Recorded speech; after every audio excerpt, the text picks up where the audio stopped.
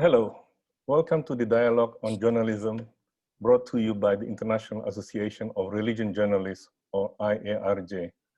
I am Andy Bayuni, a journalist with the Jakarta Post in Indonesia, and I will be moderating this dialogue. This is the seventh in the series of dialogues on journalism and religion. Over the past months or so, we have gone to Asia, North America, Europe, Latin America, the Mediterranean region, and last week we went to Sub-Saharan Africa. So you may want to check out the recording of these dialogues at www.diarj.org or our Facebook page. Today, we return to Asia plus Australia. This dialogue is being live streamed through our Facebook page, and the recording will be posted on both Facebook and our website soon after. Our topic is on religion in times of the pandemic, the source of conflict and consolation. To discuss this topic, we have three respected journalists very well versed in reporting or writing about religion. We have Indiwari Amuwete of the Ada Derana TV in Colombo, Sri Lanka. We have Dr. Rachel Cohn, former broadcaster writer of religion journalism for ABC in Australia, in Sydney, and Bhavya Srivastava, a former broadcast journalist who founded Religion World, the media platform in India. He's speaking to us from New Delhi. I have to add that all four of us are founding members of the IARJ, so we all go a long way back to 2012. We have a pretty diverse panel. Indiwari from Sri Lanka, which is a Buddhist majority country, Bhavya from India, which is a Hindu majority, and Rachel from Australia, which is Christian, but increasingly a multi-faith nation. And I will be commenting about Muslim majority Indonesia. So let us begin the dialogue. So let me ask the question, and then each one of you can take turn in answering them. First question: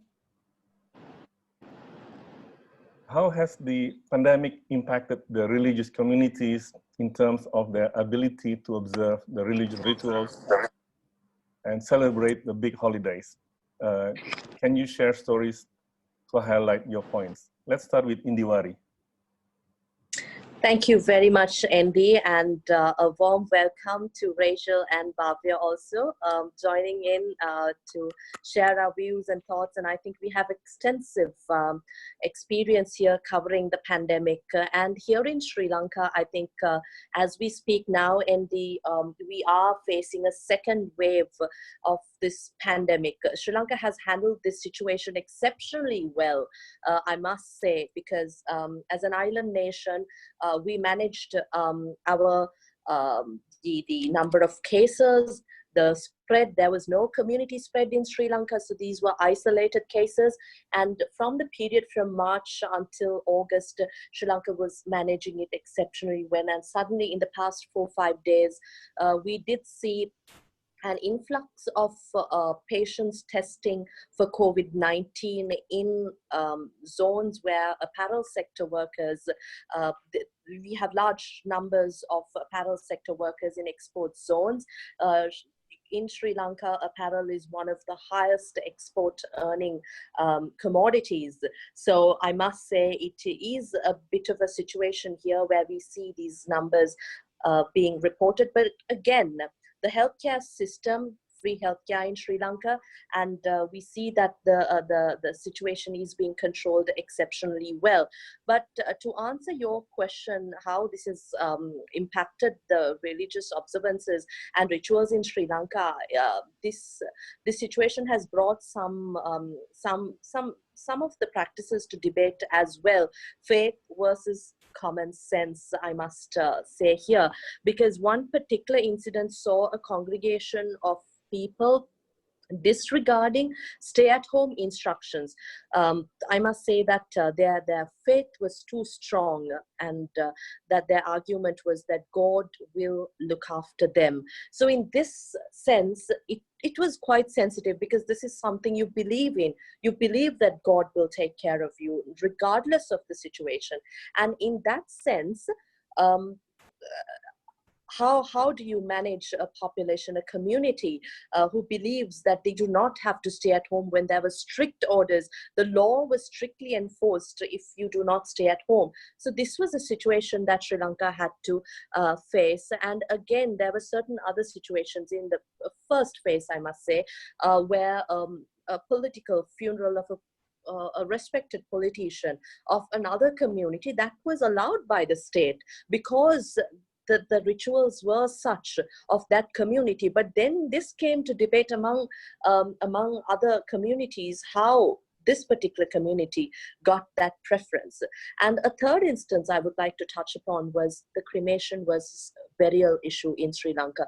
This was hotly debated during the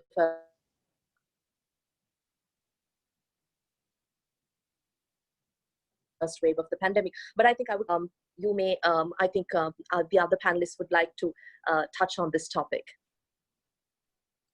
Okay, interesting. Rachel, your turn.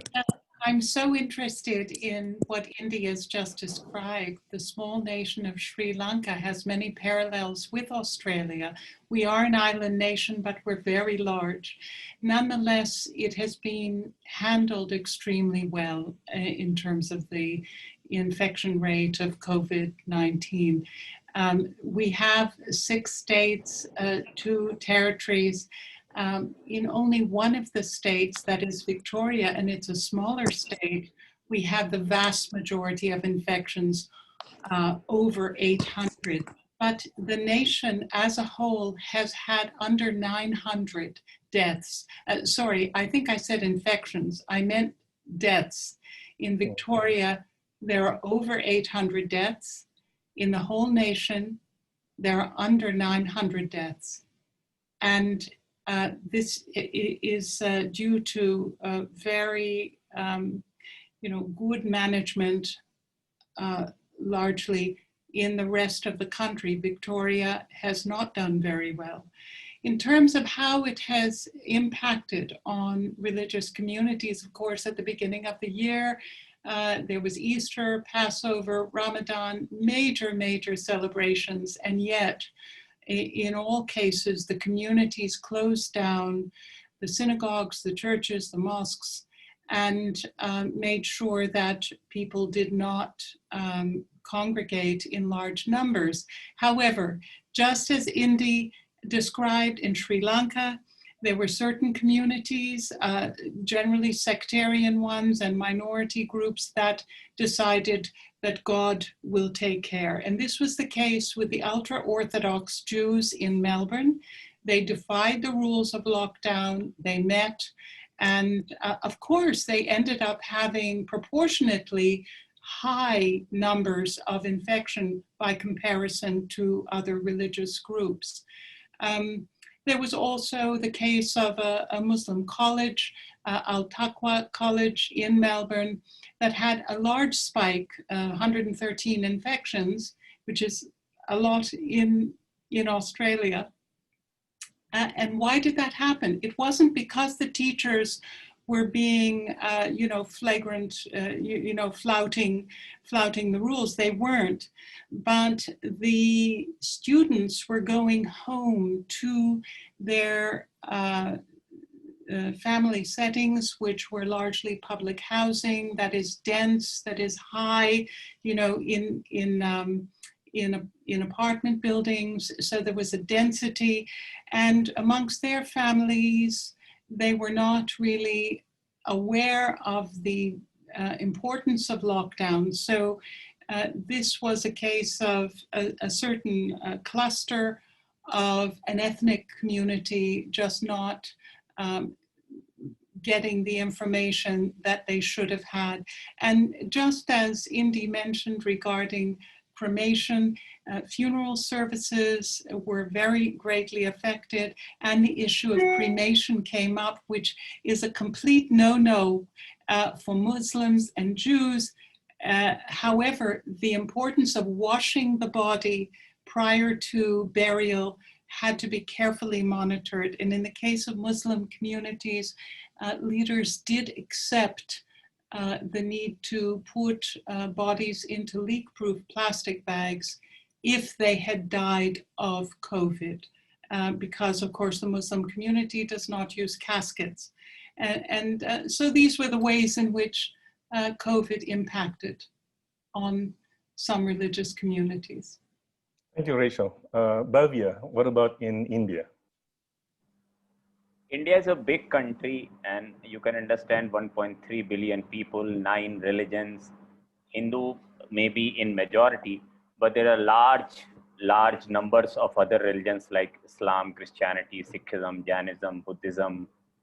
They are maybe in minority, but somehow COVID has affected everyone, every religion, every faith, every belief, I can say.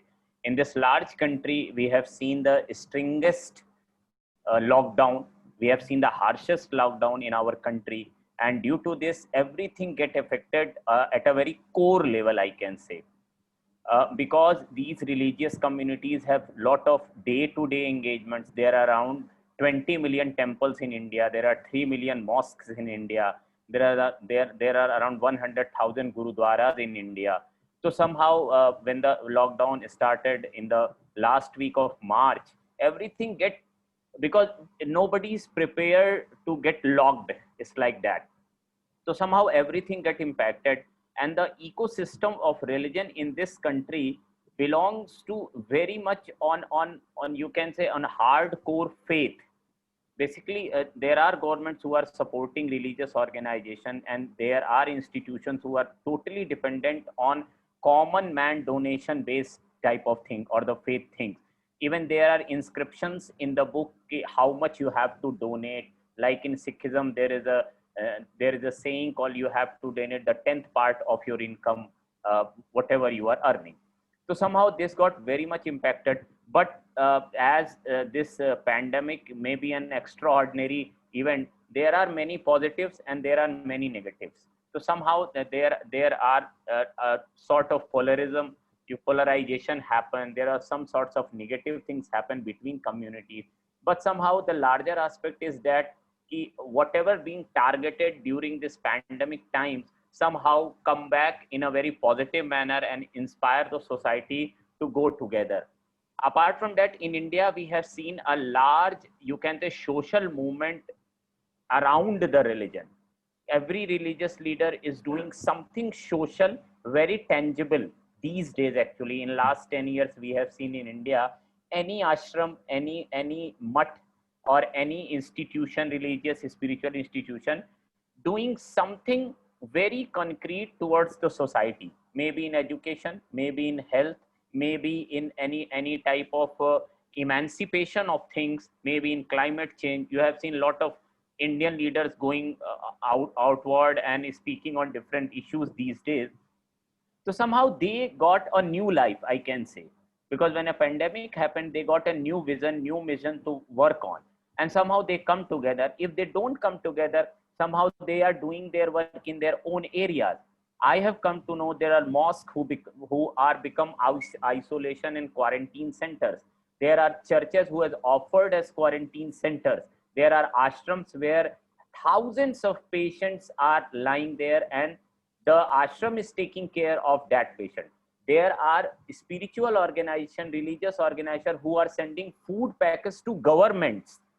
So these scale of things happening in this country. There are sanitation workers who become gods in this country. There are doctors who are really treated as gods in this country in this pandemic.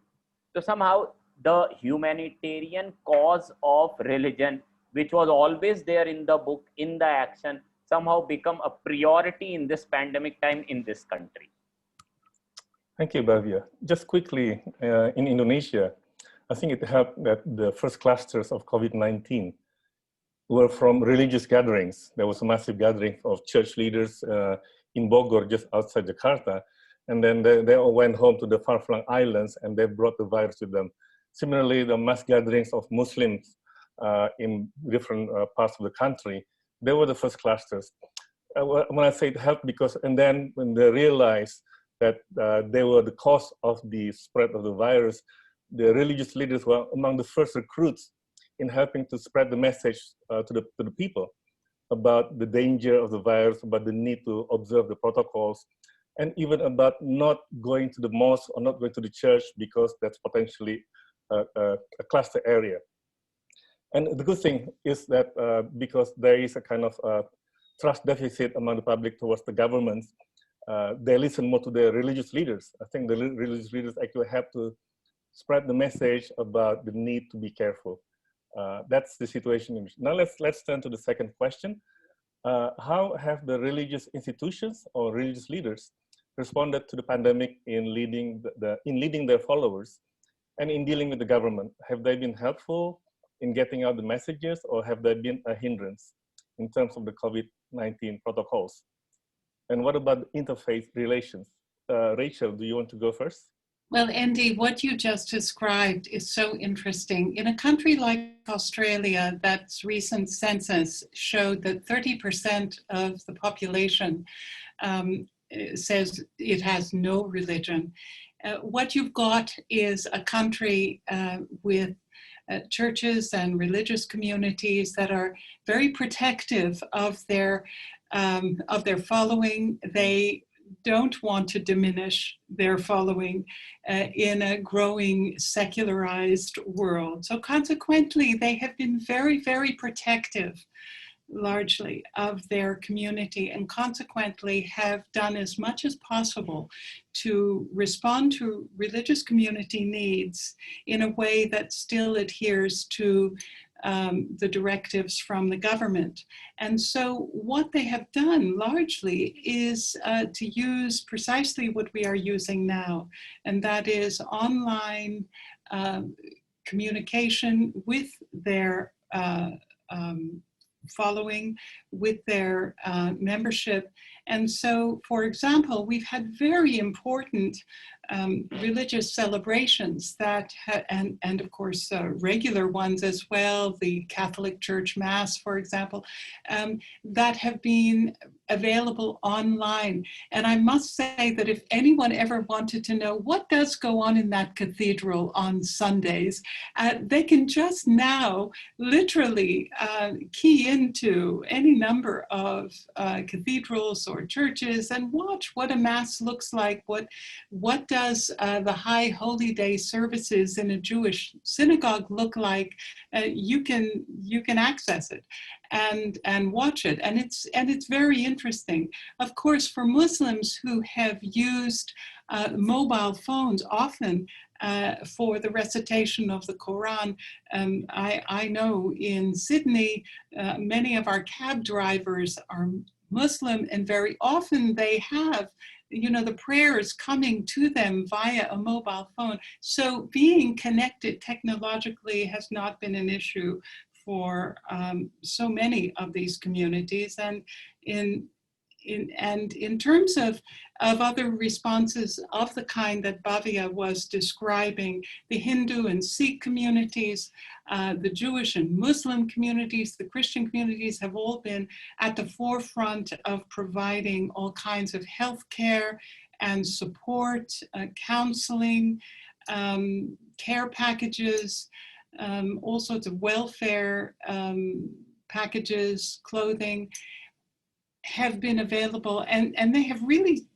in a sense, one almost gets the impression that if religious leaders were looking for an opportunity to show how important and valuable they are to society, the COVID crisis has given them a great opportunity to show that. And they have taken it on with a great deal of love and commitment, and including the usual interfaith sessions that happen throughout the year. I'm about to host an Abraham conference, which takes place every year, but this year it's focused on healthcare.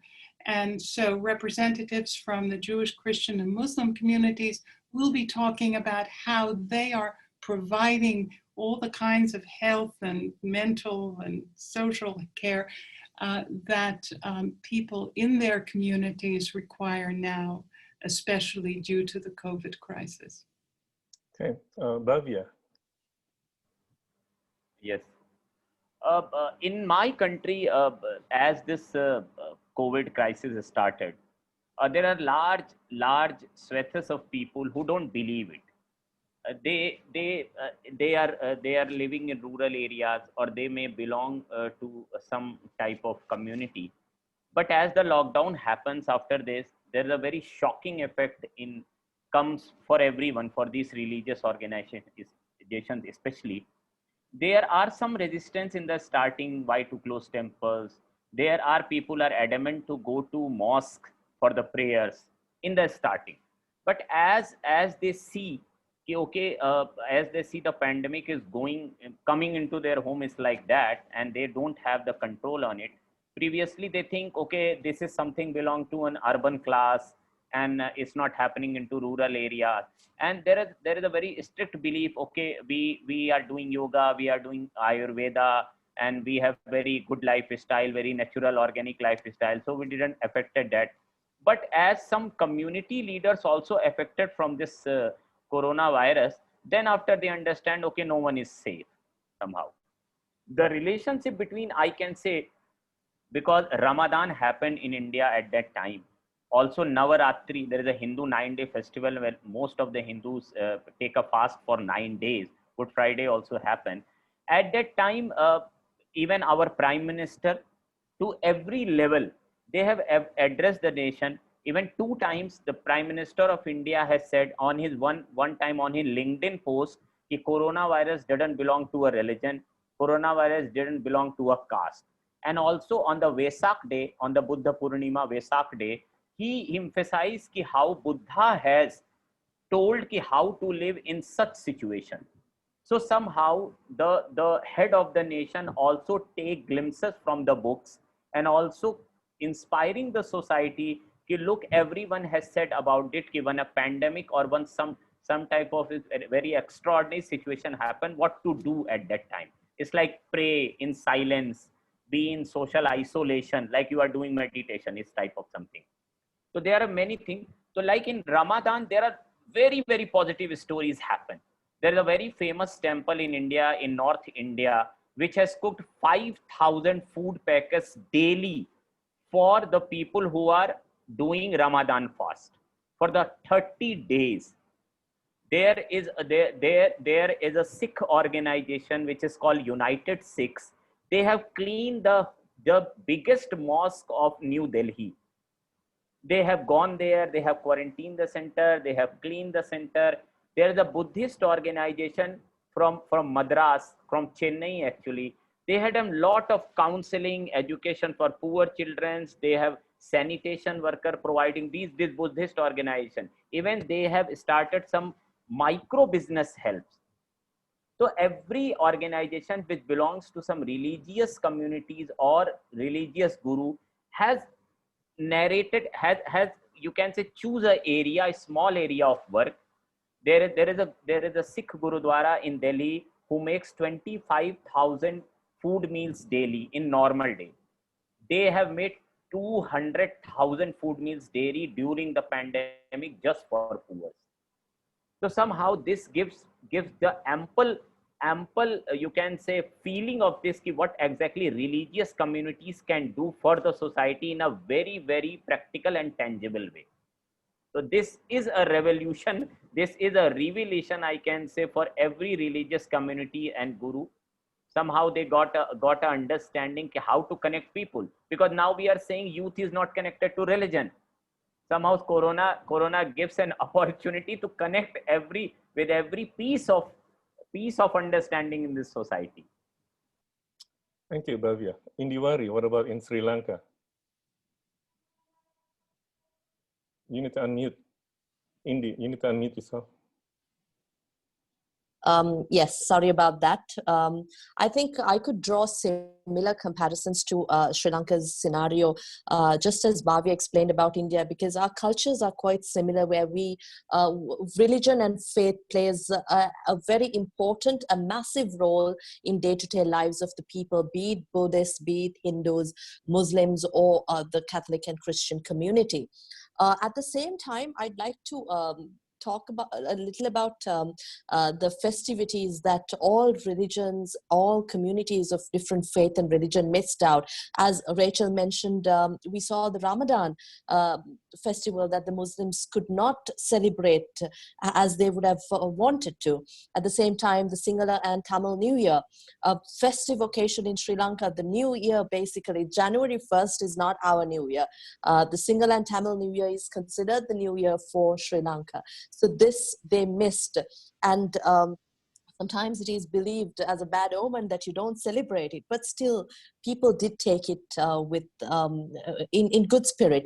And here, religious leaders of certain communities, they played a massive role, a very important and crucial role here, where they too joined hands in unison. They voiced and asked the people to stay at home. And this is also in contrary to certain other groups who, again, it was a sensitive area because they believed that they had to go to places of worship. But talking about Sri Lanka's scenario, Buddhists, they go to temple often. They believe in rituals. More than the spiritual sense sometimes, because nowadays there are two sides to any religion, the spiritual practice and the rituals. So this was a massive challenge for them because it was a constant mental battle also. How do you practice this? Because otherwise every evening or every Saturday or Sunday, they would engage in these rituals. Again, the Muslim community, Friday mosque, that was a big part of their lives. The Christians and the Catholics, Sunday mass, and the Hindus going to Kovil. Now, these things were hampered. But again, we saw the television channels, broadcast media, allowing these religious leaders, communities, and leaders of communities to preach their religious beliefs and to communicate to their communities on TV, allocating a certain time or a segment on TV. So this we saw all religions coming together here because we spoke about Easter attacks, Easter Sunday attacks, the horrific attacks that affected religious on Easter Sunday, where unexpected Catholics and Christians who were at Sunday Mass were bombed. There was an explosion there, multiple explosions. And with that, we did see a kind of warm, tensed situation among communities and interfaith communities. This too, we felt like the COVID-19 situation may have helped overcome those challenges in some form. But at the same time, I'd like to touch a little about this democratically dysfunctional news sharing on social media. This is a massive challenge to us too in broadcast media, because we do, let's say, get some information. But our duty here as journalists, I think all three of you all will attest to this. We would verify, we would clarify, we will double check, triple check, and we will ensure that this situation has happened and also be responsible in how we report. So we do take time in bringing that information to the people, be it print, be it broadcast, or even in digital platform. But when individuals, where we see citizens becoming journalists, or we see influencers, we now have social influencers on Instagram, Facebook, or we see other public figures, they too take to social media, and they would ensure that within seconds, the raw data that they receive is sent to the public, is shared with the people, creating massive repercussions. Now, this is a challenge in Sri Lanka because sometimes, if I take you all back to the cremation versus burial matter. Now, this was a matter between the community leaders, the community, and the authorities. And this did not warrant the involvement of other communities because, frankly, this was something very sensitive to the Muslim people. But at the same time, the authorities had a strict guideline and protocol here in Sri Lanka. So that was something that the community leaders and the authorities had to deal with. But we did see social media, pundits coming on social media commenting on anti-Muslim rhetoric. We did see drawing comparison to the Easter attacks and creating a lot of tension. But this too, thanks to the security forces, health authorities, we were able to manage it. But then once you hurt the feelings of the people, you cannot bring back that trust, that faith in communities. Again, Sri Lanka faced a 30-year battle because sentiment and feelings were hurt among communities. So we have to be very careful here, very thoughtful in how we deal with people. So something we request all those who use social media, again, is that we have to be careful, take responsibility. The simple answer is to be responsible and accountable for what you share on social media or anything. Even when somebody calls you and asks whether, you know, the situation is aggravating, you don't have to create panic. Panic never takes us anywhere. So I know I took this conversation a little out of religion and faith, but in the current context, I felt like this is also very important. But again, talking about religious leaders, we did see certain politicians who distributed piritpang, which is holy water that Buddhists believe in, among communities. And we did see this as a serious breach of protocol and safety standards. And I take you back to the question, the incident where certain mosques were open for their community, for their religious, for Muslims to come and practice during lockdown period. But this too was aggravated because there were certain cases testing positive from those who mingled in these congregations. So those were some challenges, but at the same time, I think we have seen a lot of positives. Although we say stay at home and it feels like you are restricted, we did see a lot of people finding different ways to come together and still engage in their religious practices. But something significant is that the pandemic forced the religious communities to focus on spiritual aspects more than the rituals. So spirituality was something that I think they practiced on, be it meditation, be it practicing the Quran, be it the Hindu practices. So I think that is something significant too. Yeah, well, in the case of Indonesia, we celebrated many of the religious holidays as public holidays. We had the Waisak, I think back in May for the Buddhists. That's always been a solemn affair because that's the way they celebrate. And the Hindus in Bali, they celebrate the Day of Silence. So that's always a somber, a quiet celebration. But the Muslims and Christians, we have a tendency to celebrate in a big way the end of Ramadan, the sacrifice day, Easter. But this time, because of the pandemic, there's far less the commercialization of these public holidays, and people were actually observing these holidays at home, maybe more in a spiritual way, more with the family.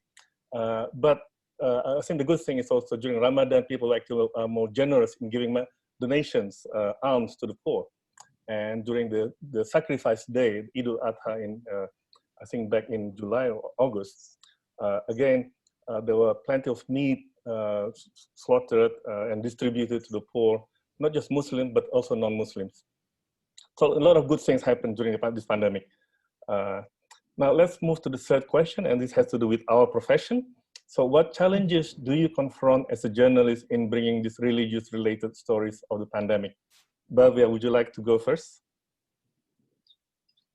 There are some sort of challenges because if you see everything is locked down, and as media you have the permission to go out.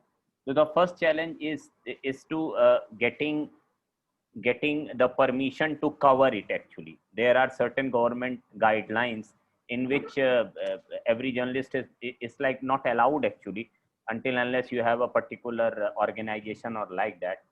Second thing is this: the information only comes from the government side. If you go on ground, everything is closed, and you see many critical situations and many things which is can't believable. Like the migration thing happened during this pandemic in India, and there are millions of people who migrated from urban places to their small cities or rural areas or villages like that. So somehow covering this in a pandemic is a challenge, because there is a virus outside there and there is no protocol following there. There are thousands of people just walking through on the roads. So how to cover that? That is a very big challenge. And in between, if you see someone is doing good thing, because at that time the notion of helping get changed, because maybe at that time there are NGOs, there are social work, there is government, there are religious leaders, everyone wants to give a little feeling of support to that migrated laborers who are going back to thousand kilometers just by foot to their home. So these are the challenges. The other challenge is this: ki when you find ki there is some politics going on, there is some targeting of some groups, and you can't find the data to say, okay, they are not like in India. There is a Tablighi Jamaat case happened.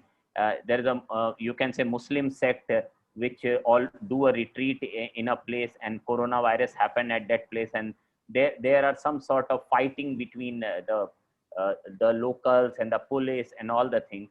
So at that time, reporting with the factual things get little, you can say, it's a challenge to get the real fact out, because if you have a tilted media, or if you have a social media which only promotes the government, there are only black and white on the social media. So it's very tough to get the data, the real data from the Muslim organization, because they are not trusting the journalists. They are not trusting the media, because they get blacklisted, or they get somehow portrayed as a negative force in that pandemic. So they are not trusting any journalist, maybe your religion journalist, your social journalist, or political journalist. So getting their version is the most difficult part. There are a lot of lacuna in the system, where people died not due to the medicines, not due to the ventilator, not due to the services, and some organization if wants to help. So there are a lot of challenges in this pandemic, which as a journalist I also face. I didn't get very real information. I don't want to take the information from social media without getting from the source actually, and check twice actually. So these are the pandemic challenge. When you have a stringent lockdown, when you are seeing a mass migration on the roads, when you are seeing the system is not working, when you don't know how to get the religious data or religious version purely from the source. So these are the basic challenges here in my country. Indy, do you have problems, or your journalists have problems in getting access to the news, to the stories? I mean, yes, Cindy, I think Bhavya mentioned many of that. At the same time, I'd like to add to this that most of the challenges, if you may, if I could categorize it, it's fourfold: health and safety. Safety to individuals as journalists. How do you ensure your safety, health in times of a pandemic? Because if you are to report, to bring the truth, to talk to the people, you have to ensure that you're safe too. But you have to go to the ground if you are to report the truth. Secondly, government stipulated protocols, health and safety standards by health authorities. This is also a challenge, but we have to do it because we have to ensure that we don't risk ourselves and the community at the same time. Thirdly, how we're going to be factually correct. I think Bhavya mentioned this too.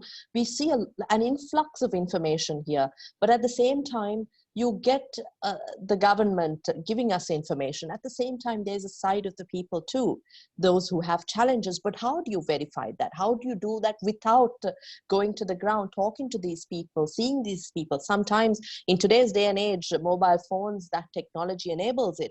But at the same time, you might want to visit them. But how do you do that? How do you bring out a story without that part, that side to complement the information that you have received?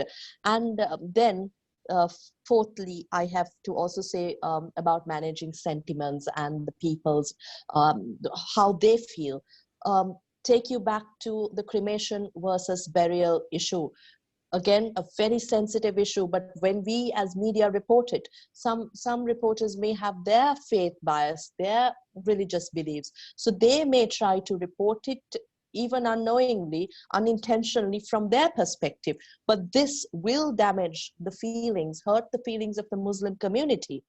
So how do you ensure that uh, you don't really hurt a society or a community that is already hurt and who feel sidelined because of this issue? So those were the challenges, I think, that we faced. But at the same time, I could expand on these areas, but I think Bhavya gave us a lengthy explanation, and I think it applies to us too here in Sri Lanka. So maybe during our question and answer session, I would like to talk more on this. Okay, Rachel, what about in Australia? What about the Australian journalists in? I think very briefly, Bhavya and Indy have already identified many of the important issues that challenge journalists, and I would say social media and the saturation of untested and unchecked information is a real serious issue. But in Australia, you know, we are such a sensitive, advanced society. You know, we're very multicultural, and we're very, very concerned about possibly hurting any community and identifying any community that might in any way experience adverse effects if reporting on them might incite violence. Or so what ends up happening is that our journalists just avoid the religious issue altogether. And instead of looking at the religious dimensions, how religious communities are coping, and indeed how they are responding very positively in so many ways to the challenge of coronavirus, instead they're just focused entirely on politicizing everything about the coronavirus. And I think as religion journalists, it's very disappointing to see that there is no coverage of how religious groups are doing, not just positively, but also how badly they're doing in some cases. One finds there's almost a blackout there for fear that it might cause tensions and conflict in an otherwise, you know, calm society, or at least that's the way Australia likes to see itself. And I'm pleased to say we largely achieve that. But that means that the whole religious side of this issue is just not there in journalism. Okay, I think we move to the fourth and last question because we are running out of time. So moving forward, what issues do you foresee coming in the next few months on the question of the pandemic and its impact on religion? Now, people are talking about vaccine becoming available soon. So how significant is the anti-vaccine movement in your country? I understand many of this opposition to vaccines actually founded on faith. Indy, would you like to start? Yes, thank you for that question, Andy. I think moving forward, that's really what we need to focus on. Here in Sri Lanka, the anti-vaccine movement is not very strong, but we do have communities and believers, people of faith who believe that vaccine, they will not comply with any vaccine or any solution, medical solution to COVID-19. So that's a challenge. But at the same time, we have been using certain treatments here in Sri Lanka since COVID-19 with WHO approval to combat the symptoms and to treat the symptoms of COVID-19. So while they are in quarantine, I think world over we see this happening.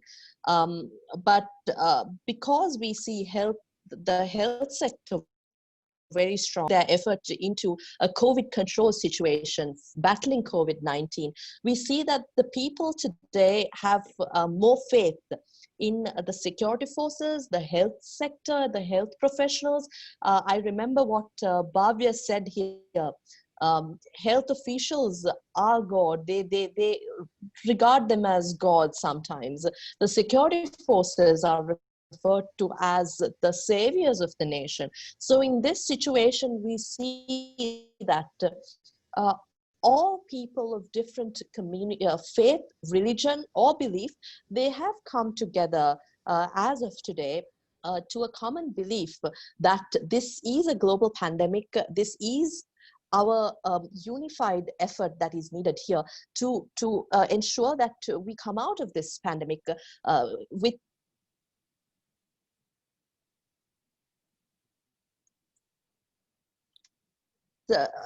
maybe taking into, let's say, authorities who have given out issued regulations, and also health and safety, the doctors, nurses, the health sector, those in the front line who are battling. So the people are with them, and we don't see a massive challenge moving forward, but the challenge is how we actually re-employ some of our people who have lost their jobs, who have been working on a daily wage.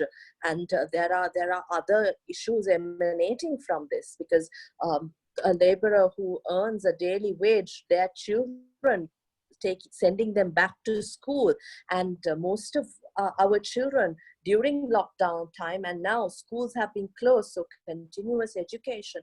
This is a different topic, but I believe that world over, we're all fighting this, and there will be common answers. There will be proactive answers and solutions found in this regard, because employment and the livelihood, that is the biggest concern today of the people and of authorities, I believe.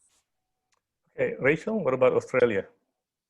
Well, Indy, you mentioned the anti-vaxxer movement, and Indy did too. It is perhaps a small but very troublesome, very vocal movement. And what's surprising perhaps to understand is that it's often affluent suburbs in places like Sydney and Melbourne who have a very high ratio of people who are anti-vaxxers, and that's because they're obsessive about their health, and they believe every new fad or health news on the internet, including that vaccines cause autism, for example, which was promoted in a very, very popular video on YouTube called Plandemic. Dr. Mikovits was the one who promoted that idea that particularly the COVID-19 business and you know, its danger, as well as the vaccines, is all part of a global conspiracy. And again, these are heavy internet users who are available to believe so many conspiracy theories that have become popular now. A very worrisome development in Australia, as well as in Europe and America and the UK, is a very distinct rise in anti-Semitism, alleging that Jews invented the COVID virus. They are spreading it, they are benefiting from it, etc. And this is all part of the anti-Semitic trope that also blamed the Jews for the AIDS virus, Ebola, SARS, and 500 years ago, the Black Plague. So it's having a reprise in our current world. And that is really worrying to what is actually a very small minority in the world population. And in Australia, it's only half of 1% of the population, but it's gripped people here.